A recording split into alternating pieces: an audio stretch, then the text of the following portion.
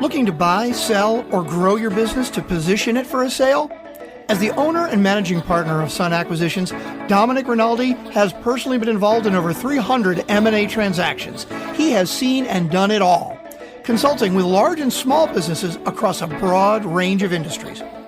On M&A Unplugged, he'll interview buyers, sellers, and their advisors about their experiences scaling, selling, and acquiring businesses. On every episode, you will get key learnings, but most importantly, you will be better prepared for your own acquisition or sale. This is M&A Unplugged with your host, Dominic Rinaldi. M&A Unplugged community, if you've been listening to the show for a while, you have heard me and our guest talk about how to maximize the value of a business. One of the surest ways to maximize value is to create a self-managing company. In fact, this is one of the reasons we are launching a new business this February, K2 Advisors, to help owners understand the value of a self-managed business. Creating a self-managing business takes time, a great strategy, and a willingness to hire great people and trust them to do the work. With no plans to retire or step aside, Ken Arlen, the founder of Arlen Music, has created such a company and is now enjoying all the benefits that go with a self-managing company. Ken has built a world-class entertainment business that has performed for the likes of U.S. presidents, dignitaries, and celebrities. His company specializes in providing live customized music for events around the country. Ken started as a saxophone soloist and orchestra leader, but realized he could build his business into something with more structure that wasn't reliant on him and his unique musical talents. Fast forward to today, and Ken has a business that is rewarding and works for him. What a great way to manage a business. And I'm excited for Ken to share his journey and his insights into how to build a self-managing business. Ken, welcome to M&A Unplugged. Thanks, Tom. It's great to be here. So Ken, if you could start with giving the M&A Unplugged community a quick backgrounder on yourself and how you got into this business, and then we'll peel back the onion and talk about, how you built such a magnificent business. Happy to, and thanks for the great introduction. I think you said it better than I can. I've always been a musician. I graduated from college and went right into music, so I've never had what most people would call a real job. And it's always been my passion, and I felt confident that I could follow my passion and build it into a career. I started out as a woodwind player. My background was classical clarinet, and then I switched over to jazz saxophone, studied with a famous teacher named Joe Daly, who taught David Sanborn, Mike Brecker, a lot of great players, and evolved into just making a living performing and using my musical talent playing for other bands. And what's unique about the Chicago marketplace is that we have a great special event industry here. The music industry, if you live in LA or New York, there are a lot more offerings. New York has all the Broadway shows. They have all the national tours being booked. But here in Chicago, we've had two major aspects of the music industry. We've had the recording side, soundtracks for jingles and that type of thing, and the special event industry. And the commercial business and making soundtracks, jingles, really has dried up quite a bit, which kind of leaves special events. And it's a multi-billion-dollar industry, and I love it. It's something I've always been passionate about. So I evolved into that by playing in other bands and then eventually starting my own band. One of my first jobs in the 1980s was music director for Starline Corporation, which had a series of cruise boats at Navy Pier. We also had one in Milwaukee, one in Louisville, throughout the country, and they asked me to be their music director and put together music programs. And I've always loved the diversity. I've always loved the architecture of building on the business side and also balancing that out with the artistry of being a performer. So over the years, I've just been working at it and built the business into what it is today. So Ken, I admittedly, I don't know a ton of musicians, but I know a few. And most musicians that I've come in contact with, carve out a nice living for themselves. They live a certain lifestyle, but you've built a real business with substance that doesn't rely on you When did you first realize that, you didn't just have to be a musician, you didn't have to just play gigs, you could build a real business and build potentially a self-managing business? Yeah, it started out organically, very grassroots. I would be performing with other bands, and I'd always be thinking of how I would do things differently. And then eventually I just started experimenting with leadership and leading my own ensembles. And there's a really interesting book, I don't know if you've read it, by Benjamin Hardy, called Willpower Doesn't Work. And the whole premise of the book is it's not about willpower, it's about putting yourself in an environment where you either survive or you fail. And I've always been willing to take on those kinds of responsibilities. So I think I just thrust myself into the leadership role and built it from there. And a lot of people tell me it's unique to be able to balance the artistic side and the business side. And I've always enjoyed both of those. I don't feel like I have to compromise on the art side, but I've always had a passion for the architecture of building a business. And I think that put me on this path. And once you get on this path, there's an evolution that you're going to go through as an entrepreneur. And I think the self-managed company is just kind of the rainbow at the end of that evolution. So Ken, did you have a model in your industry or maybe even another industry that you looked at and said, wow, that looks really cool. I'd love to have a business like that. Or did you come to it yourself? That's a great question, Dom, and there really wasn't a model. Most of my predecessors were society band leaders in Chicago who maybe started a second ensemble, maybe had a small office to facilitate bookings at a hotel, but hadn't really built it out as a business model. So I feel that I've, in some sense, been an industry transformer in that regard, because the things that we've been able to accomplish really weren't done, at least in the Chicago market, before I did them. You blazed a trail. A little bit, yeah. So let's start with, for folks who maybe are not completely familiar with the term, although I think it's pretty self-evident, let's describe for people, what does a self-managing business look like?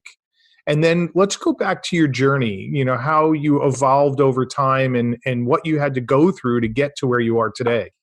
Yeah. And, there is a journey and it's a trajectory that I think all entrepreneurs go through. And I have to acknowledge the help I've gotten from being involved in Dan Sullivan's strategic coach program, because a lot of the things I can tell you right now to answer that question, Dan really laid out for people that were participating. And, Dan talks about entrepreneurs starting out as a rugged individualist. And everyone starts that way. You have a vision, you have a passion. For me, it was music, and I did everything. I mean, I remember being the guy that booked the job, wrote the contract, loaded the equipment into the back of a van, set it up. I did everything myself. This is like most entrepreneurs, right? Most people who start a business or even maybe some that even buy a smaller business wind up doing exactly what you're just describing. I don't know anyone who didn't start that way. You start with a vision and a passion, and out of necessity, you do everything yourself. The next evolution is you learn to delegate. And I didn't start out as a great delegator, but I certainly have evolved into one, and it's essential in this process. And when you delegate, you start building a team, and you have to make good choices about the positions that you fill. And once you have your team in place, or as you're developing your team, it's really important that you allow people to work within their area of uniqueness. And Dan talks about unique ability a lot. And basically, what unique ability is that special juice that you have that really sends chills up and down your spine, something that you really feel that you were born to do. And you have to be able to separate it from areas of mere competence, certainly incompetence, but even excellence. And when you hire people, you have to be able to position them to take on tasks that will complement your own weaknesses in the areas that you want to delegate. And so if you can do that, and I think it's essential in the growth of any business, then you will start transforming your industry by developing innovative products and innovative processes that really distinguish yourself in the marketplace. Yeah, so where I'd really like to start is if you could describe for people what a self-managed company looks like for you. So how do you operate your business today that makes it self-managing? Well, you have to have great people in place. And I've certainly learned from a lot of people that are wiser than myself. There's a great book that Gino Wickman wrote called EOS, Entrepreneurial Operating System. And he wrote a book with Mark Winters called Rocket Fuel. And the premise of that book is that most teams need two key people. You need a visionary and you need an integrator. And usually the entrepreneur, and in this case it's true for me, is the visionary. You come up with the creative ideas. But most visionaries are not the best people for either integrating or managing their process. So for me, it was finding that key person, and I'm very fortunate that I did. Tim Clark has been with me for 15 years, and he definitely fills that role of integrator. And there's obviously other positions that you have to fill, but you need a key person. And it's interesting because, I had the opportunity to participate in Peter Diamandis' Abundance 360. And he had some people from Google that came, a guy named Jake Knapp that wrote a book called Sprint. And basically it's how Google teams solve problems. And we all know how impactful that company is. And their whole theory is that a team shouldn't be so large you can't feed it with one large pizza. So small, stealthy teams of 4 or 5 people can really accomplish a lot. So in my company, that's about how big we are. We have about 4 full-time office staff. All of our band leaders, of course, add to the list, and we have over 75 musicians that are exclusive with the company. But the key management team is about 4 people. And you have to be able to create a vision that everybody buys into and lay out clear goals, and then have management and the right people in place to implement it.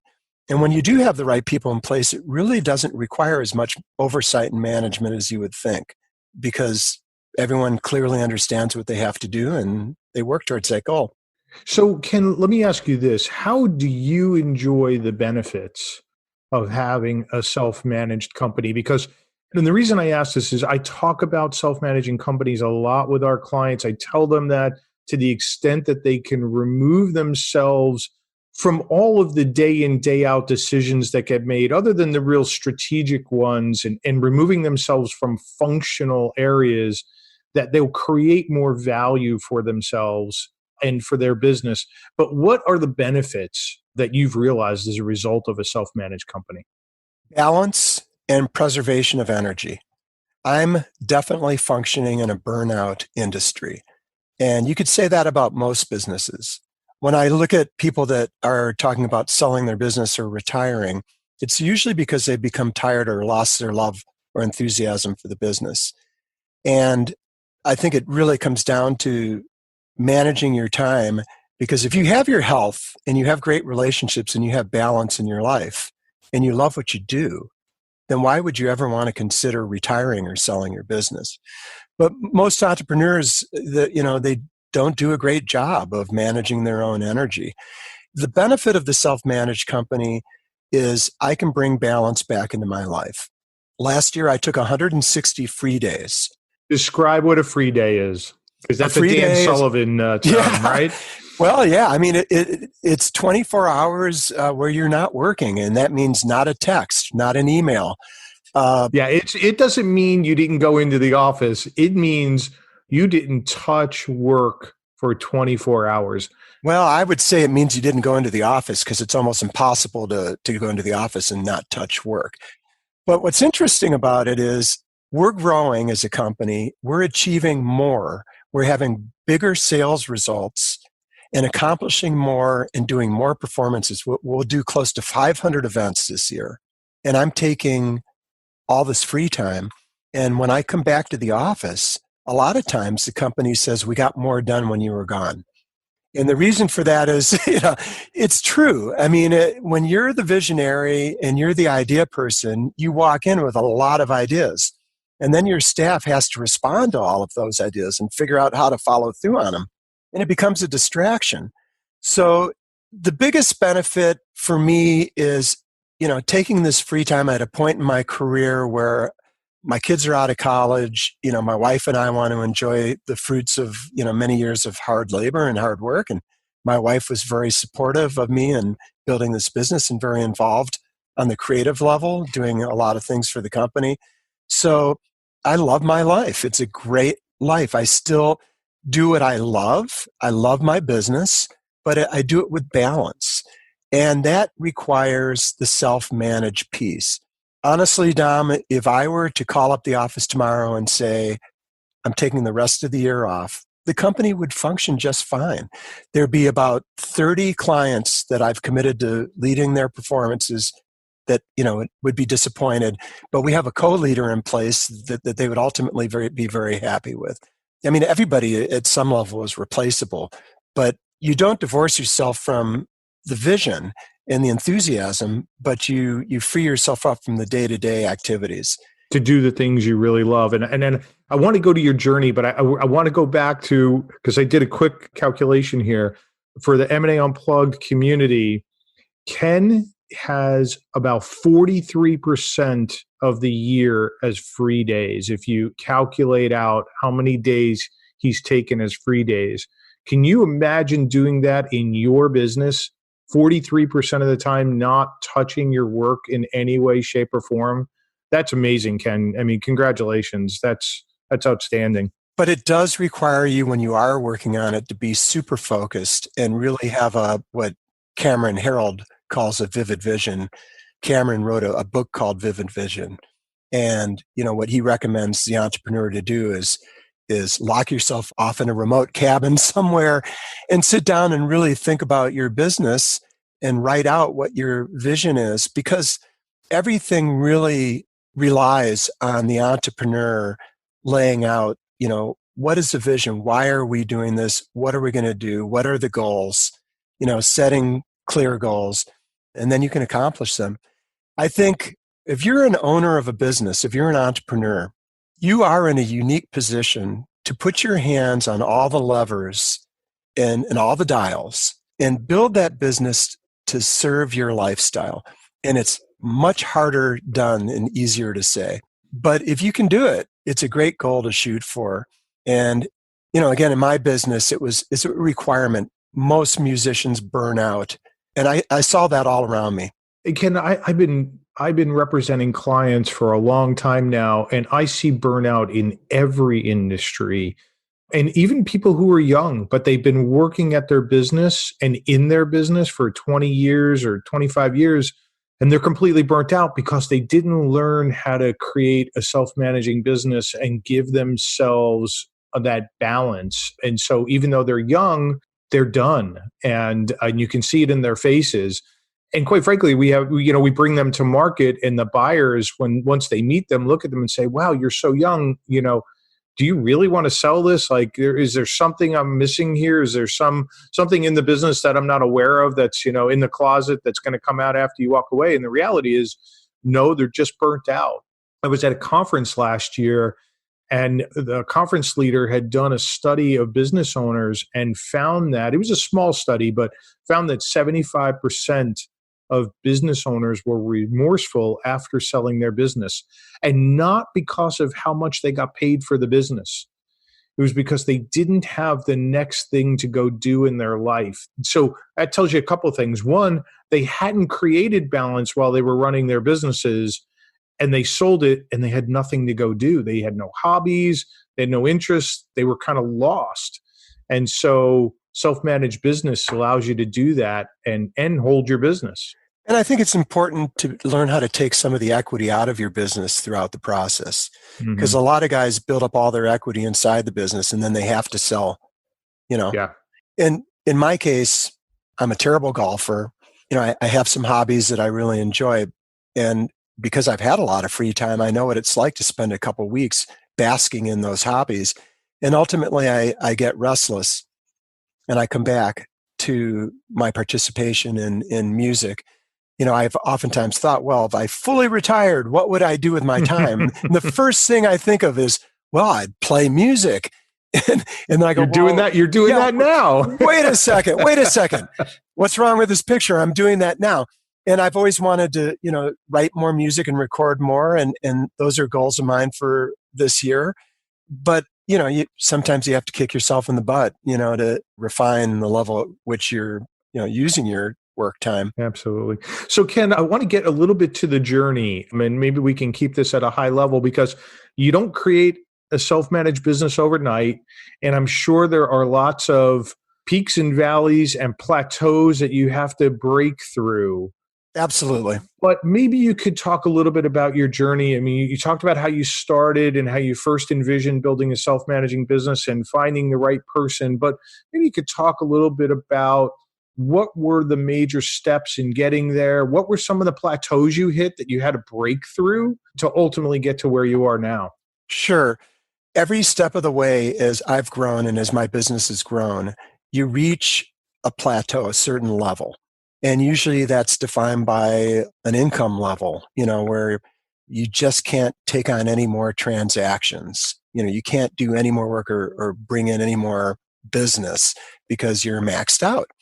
And usually, Dan Sullivan in his program calls that the ceiling of complexity. You grow up to a point and then you hit a ceiling. And in order to break through that ceiling, usually it involves more delegation. It usually involves taking on more staff and letting go of more things. So for me, I really enjoy the sales process. And that was a really hard thing to delegate. But in the process of growing your business and going on this journey, you have to make some tough delegations. And I think that's what holds most entrepreneurs back because they feel that no one can do this as well as I can. And the truth is, at first, no one can. But if you give someone the opportunity to learn from their experiences and do the job and grow, eventually they can potentially surpass you. And so I think that's the key ingredient in becoming a good delegator and going on this journey. So how did you get over that hump? How did you ultimately, let go of sales, and how did you find the right person that, you could trust? Yeah. So first it came with identifying the need.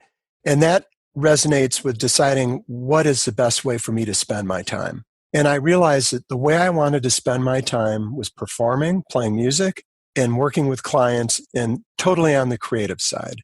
And there is a lot of creativity to selling, but I realized that something had to be delegated in order for me to grow and go to the next level.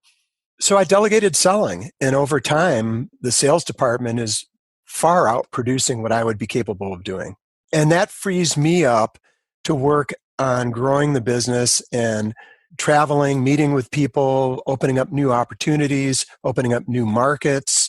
As I think back, the initial question was about the journey, to get towards a self-managed company. You grow, you hit a plateau, you peel something off to free yourself up to think bigger. You grow, you hit another plateau, you peel something else off so you can think bigger. You grow, and it's just, if you look at the chart, it's just a line going up, plateaus, goes up, plateaus, and that's the trajectory. And that's totally been true in my business. So it's learning to let go of pieces that aren't your unique ability and delegating those to the right people, and then trusting that you've got the right people to go do that. Absolutely. And when you get to the most refined level of this, moving towards self-managed company, you're going to delegate things that you are unique at. And that is very, very difficult for most entrepreneurs to do. So you have to recognize that it's an essential part of the growth curve. And, it does work. And the interesting thing is that the more control I relinquish, the more I feel empowered to be in control. So the journey's been all about, for me, this trajectory. And we have a great team in place right now, and we can pretty much accomplish whatever we put our mind to. But there's always that next position that you can fill. So there definitely, for our company, is a position that I think we'll probably fill in the next year. And when we do fill that position, there's going to be more growth as a result of it. So do you see another plateau coming somewhere down the road, or do you think you now have this business at a point where it truly is self-managing for the long run, as based on your goals and your vision? You can't get complacent. Mm, I think that's a danger. good point. And so I may not need to grow the business for my own satisfaction, but I want to grow the business for the happiness and future fulfillment of all my employees. And, the reality is every business eventually is going to make some kind of transition over time. I mean, I'm not going to be doing this when I'm 90 years old, probably. So it's great. Your K2 Advisors program that you're putting forward, I think is going to be of incredible value.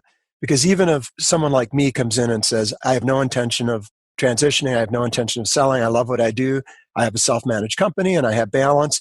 The reality is that life events can happen. I mean, something can happen with your health or your sense of well-being, 5-10 years down the road. So you have to always be perpetually prepared for that.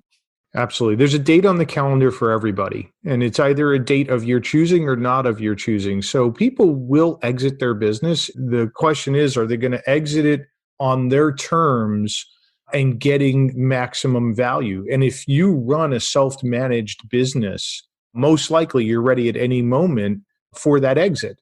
And, running my M&A practice, Sun Acquisitions, for as long as I have, I've met with thousands and thousands of business owners. Most are not ready to sell today, but I'd also tell you most also are not operating their businesses at maximum value, which is the reason why we're starting K2 Advisor. Help those owners who want to maximize their value do that, run a self-managed business, and so they're ready whenever they decide they're ready. I would venture to say that the best way to test your company and the culture within your company to find out if it holds water is to take a month off and leave. And then when you come back, you're going to know who can step up, what the company is able to accomplish while you're gone, what holes need to be filled, where the break in the dam is. And it's a very scary proposition. Yeah, I would think your comment there would scare most business owners that I come across. The thought of taking a month away from the business without, really being involved in the business at all, I think would be very scary for most people. So I'm going to ask you this question. Why do you think owners can't let go of their pieces of the business to create a self-managing company? Because I think this is probably self-evident to most people, but many people just have a hard time letting go. I think it goes back to the beginning of the entrepreneurial process when you start out as a rugged individualist. You had this vision and you were a solo practitioner and you did everything. And it develops a mindset. And, even though it's been over 30 years since I was, that guy, or about 30 years, I can still remember it like it was yesterday. And I think it still programs a lot of my subconscious thinking. And I talked to someone the other day that was considering strategic coach program, and she has a highly successful special event industry and does some very high level work. And I started to talk about balance and free time. And she goes, yeah, don't try that one on me. It's not going to work because my kids are growing up. And honestly, I love my business and all I want to do is work in my business. I said, oh, okay, great. Then what do you think does need improvement or work? And she said, well, I haven't really figured out how to multiply my business, where the multiplier is. And I said, so you're basically in the time and effort world, which means you only get compensated if you personally are putting in the time. And she said, yes. I said, well, there you go. That's the next step for you because that comes along with all of this. My company will do close to 500 events this year, and we did last year. I personally performed, I think, at 35 of those. So that means the rest of them, I wasn't involved. I didn't sell it. I didn't get in my car and drive to the venue and perform. And I probably don't know too much about what actually happened, but it was my vision, my process, my reputation that was leveraged to get the client. I've certainly trained, and worked very closely with all of the, band leaders and people that represent our company. And, we own all of our own products. We're not a booking agency. So we create these products and then we own and manage them in the marketplace. So that's the multiplier. Yeah. That sums it up right there. I mean, that's amazing. I mean, number one, the number of events that you're doing a year, and then how few you're actually involved in any way, shape, or form. And people will come up to me and they'll say, "Oh my God, you guys were incredible. Like you played my daughter's wedding, or you did this incredible fundraiser and you were fantastic." And they're talking to me as if I was personally there. Yeah. And half the time I have no idea. I'll go back to my office and go, what did we do on February 14th? And they'll go, "Oh yeah, that was Boys Hope, Girls Hope, fundraiser, whatever." And I just smile and say, "Thank you very much." And it's my name is on the company. It's my reputation, and this happens over time. It doesn't happen overnight, but eventually you build a brand. And someone told me something really wise once. A lot of people think they need to go out and define a brand and build a brand, but you don't get to say what your brand is. The market says it for you. Would you agree with that? Yeah, I agree. I mean, they react to the product that you put out there. So if you put out a good quality product, the market's going to define it. Yeah. Right? And then it's what people say about you and what your reputation is in the marketplace that defines your brand. My dad was very successful in business, and he taught me early on. I just remember him saying this to me like it was yesterday, and I was probably in high school. He said, "The best investment you can make is the investment that you make in yourself." Yeah, that's wise advice. So at a time when I was building my business and we were talking about the journey and the trajectory, one thing I kind of glossed over is for the first 10, 15 years, there were people working for me that were making more money than I was making. But I was always willing to invest back in the business to have people to help me realize a future vision. Right. So this is an important concept, Ken. You had to give up some of your income, your distributions in order to get here. But in doing that, you've leapfrogged all those other people who were making more money than you, earlier in your career by, 10, 20, 50 fold, right? It's really true. And my dad also taught me you can build a business and if you need to retire, you can retire off of 5 good years. And it can be a 30-year business. So it takes a certain kind of person to be an entrepreneur. I don't know what the percentages are. Don, maybe you've studied this, but the percentages of people that go into business that are entrepreneurs, that are willing to take on all the risk, take on all the responsibility. It's a special kind of person. You have to be wired a special way. The problem is that you need to understand this journey, and you need to understand what the payback can be in order to continually have the confidence to reinvest and grow. And for me, it might have been just ignorance, because I was just so blindly passionate about music that I never really considered any other business path or any other option. So it was like, I better make it in business because I have nothing else to fall back on.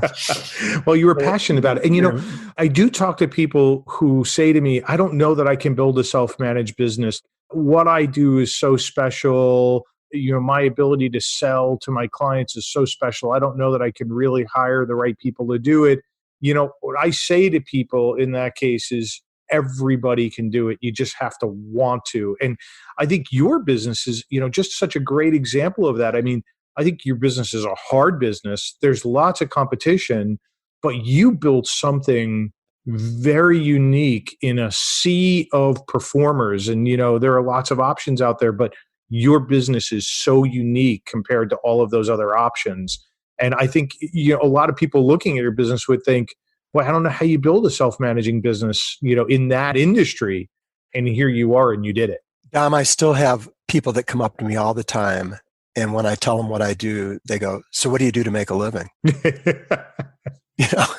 No, I'm serious. People come up and say, "So you play music, but what do you do to make a living?" I get that all the time.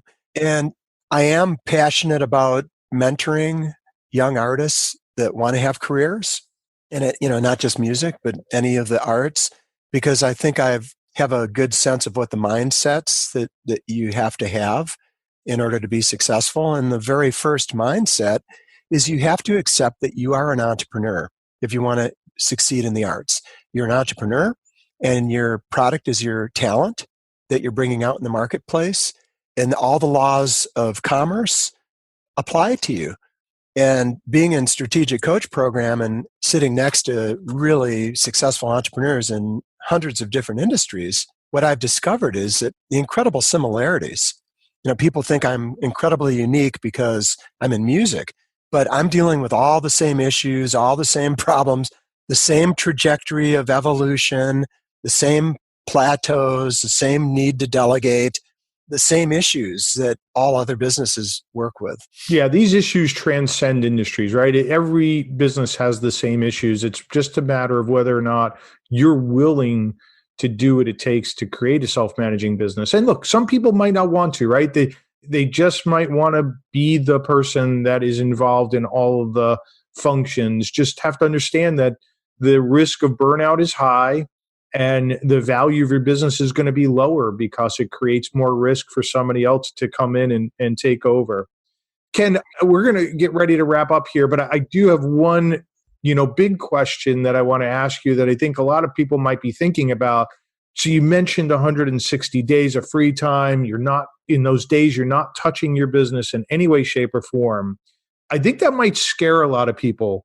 How did you deal with a free day at first? If you had gone from doing everything and then slowly starting to delegate, I'm sure free days must have scared you. How did you figure out how to fill up that time, I should say, and be comfortable not touching the business? Well, at first it was looking at my days. In the coach program, they have a time system where you divide your time into focus days, free days, and buffer days. And focus days are where you make your money. For me, it's performing, it's meeting with clients. Buffer days are when you do the stuff of life, filling out of forms, balancing your checkbook, or, whatever stuff you have to do to prepare for the focus days. And it was just rearranging my way I thought about time. And most people go into work every day, and they may not really feel like going into work. So they decide, I'm going to go to work. I'll work for a couple hours. I'll take a long lunch. I'll go back in, work another hour, and then leave early and, go to a Bulls game, whatever. In their mind, they put in 3 hours of work, but it was a work day. They went into work. So when you take the free day, it puts extra pressure on the focus and the buffer days. So the first thing I started doing is saying, okay, I'm going to cram a week's worth of work into 3 days. And it's not hard to do, once you develop that mindset. So yes, it's a little disconcerting. It takes a little work to get there, but the reward is, fantastic because everybody wants their free time. In my case, it was essential because I knew I was in a burnout industry. And there was a point, maybe 10, 15 years ago where I just was really, really getting burnt out. I was performing at over 100 events a year. I was doing a lot of the sales. I was carrying a lot of, juggling a lot of the balls for the company. And I just knew that I couldn't continue on that trajectory.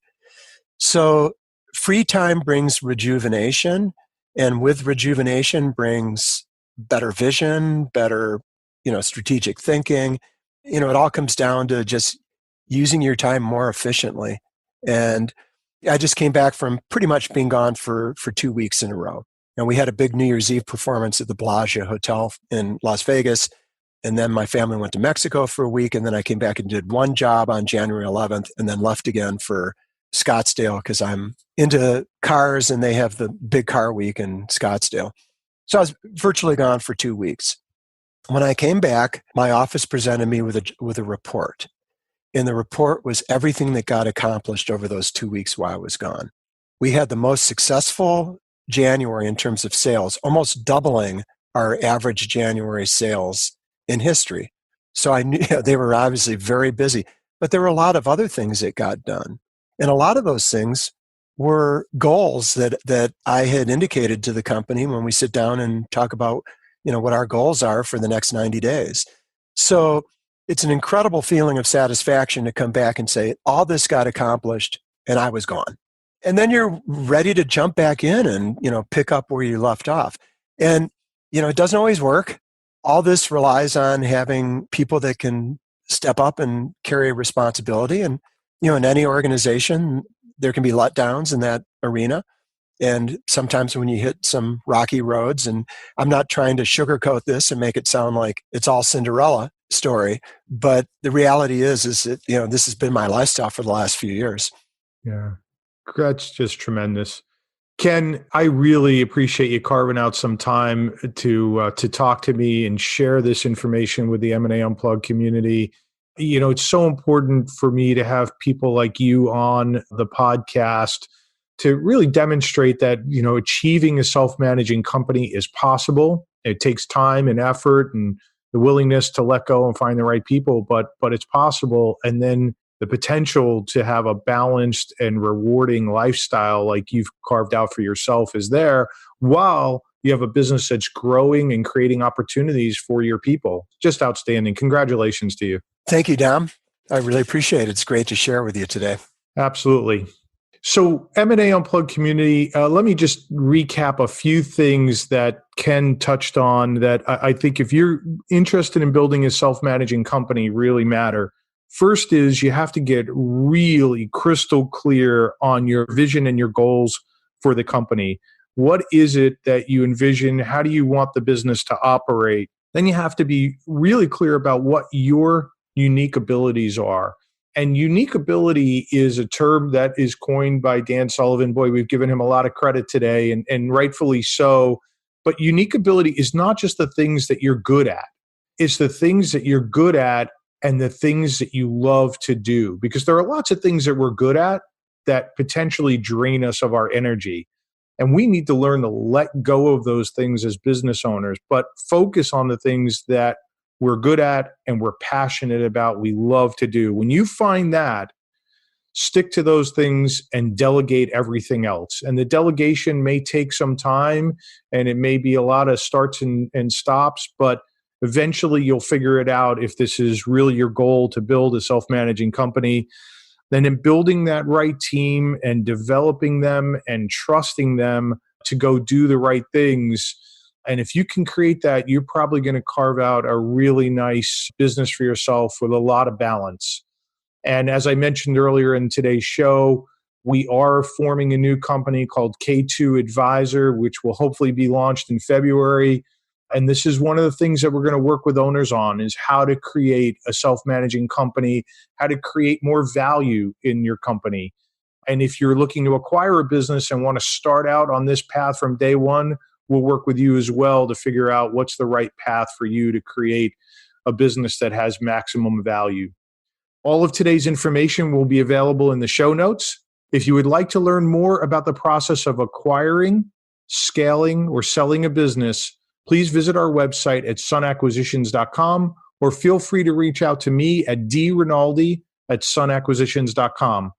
I look forward to seeing you again on the next episode of the M&A Unplugged podcast. And until then, please remember that scaling, acquiring, or selling a business takes time, preparation, and the proper knowledge.